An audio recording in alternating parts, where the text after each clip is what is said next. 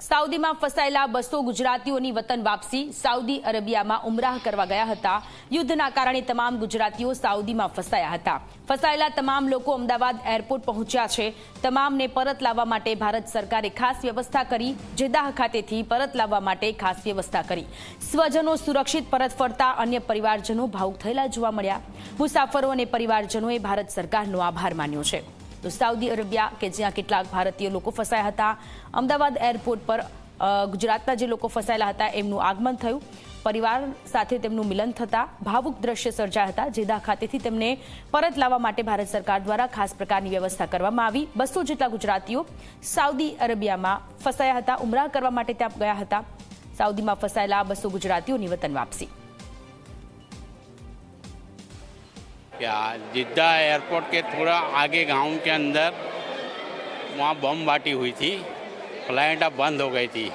हमारी 2 तारीख की फ़्लाइट थी, लेकिन वो फिर बाद में धीरे धीरे एडजस्ट हुई। साहब फसवामां मारा सिस्टर फस्या था અને એમને સરકાર તરફથી અમને એવું થયું કે અમને જ્યારે ફરિયાદ કરી ત્યારે તરત અમારી સાંભળી અને અમારી અહીંયા લાવવાની વ્યવસ્થા કરી અને મારા સિસ્ટરને એ લોકો અત્યારે આવી ગયા છે। ગયા મક્કા જઈને આ લોકો ત્યાં રોકાયા, પણ ત્યાં એમની કોઈ સ્ટે કરવાનું હોટલ વગેરે એમની બુકિંગ નહોતી। આ લોકોની બધું હોટલ વગેરે ડિસ્ચાર્જ થઈ ગઈ। ત્યાં 4 દિવસ આ લોકોને બડી મોટી હાલાતીનો સામનો કરવો પડ્યો, કેમ કે પૈસા વગેરે એમને જો ખતમ થઈ ગયા, રિટર્ન આવતા હોય ત્યારે પૈસા ખતમ થઈ જાય, તો ત્યારે એમની પાસે પૈસા વગેરે ખતમ। પણ ત્યાં લોકો આપણે જે ભારતના લોકો તો એ લોકોએ ઘણી મદદ કરી આ લોકોને, અને હું ભારત સરકારનું આભારી છું અને ખાસ કર મીડિયાકર્મીનું આભારી છું કે આ 2 દાડાથી મારી જોડે સખત કોન્ટેક્ટમાં હતા, અને આ મીડિયાકર્મી ન હોત તો આ અત્યારે સ્પેશિયલ ફ્લાઇટમાં લોકોને લાવવાની પોસિબલ ના। સગા સંબંધીઓ ગયા હતા, એટલે કુલ 6 લોકો ઉમરા માટે ગયા હતા। સરકારે કઈ રીતની મદદ કરી? અમને એવું હતું કે આ યુદ્ધની પરિસ્થિતિમાં સરકાર જો 5-6 દિવસ 10 દિવસ પણ લાગી શકતા હતા, પણ સરકારે ટાઈમ પર જે પગલાં લઈને બીજા જ દિવસે એ લોકોને રિટર્ન કરાવી, જેમાં સરકારનો ખૂબ ખૂબ અમે આભાર માનીએ।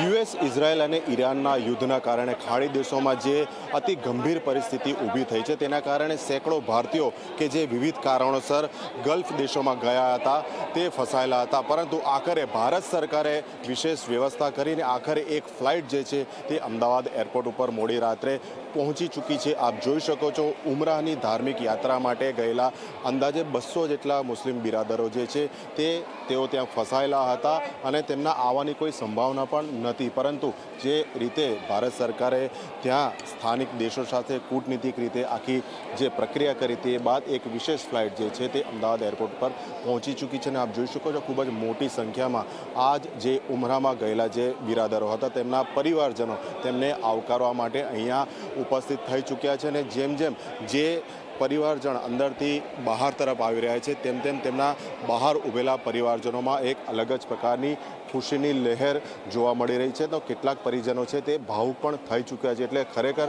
જે પ્રમાણેનો અતિ ગંભીર માહોલ હજી પણ ચાલી રહ્યો છે, યુદ્ધ કે જે રોકાવાનું નામ નથી લઈ રહ્યું, પરંતુ આ આખી પરિસ્થિતિની વચ્ચે ભારત સરકારે જે પ્રયત્નો કર્યા તે પ્રયત્નને સફળતા મળી છે અને ત્યાં ફસાયેલા અંદાજે 200 લોકો હાલ તો સુરક્ષિત રીતે અમદાવાદ એટલે કે સ્વદેશ પોતાના ઘરે પરત ફર્યા છે। કેમેરા પર્સન તુષાર શાહ સાથે અર્પણ કાયદાવાલા, ઝી મીડિયા, અમદાવાદ।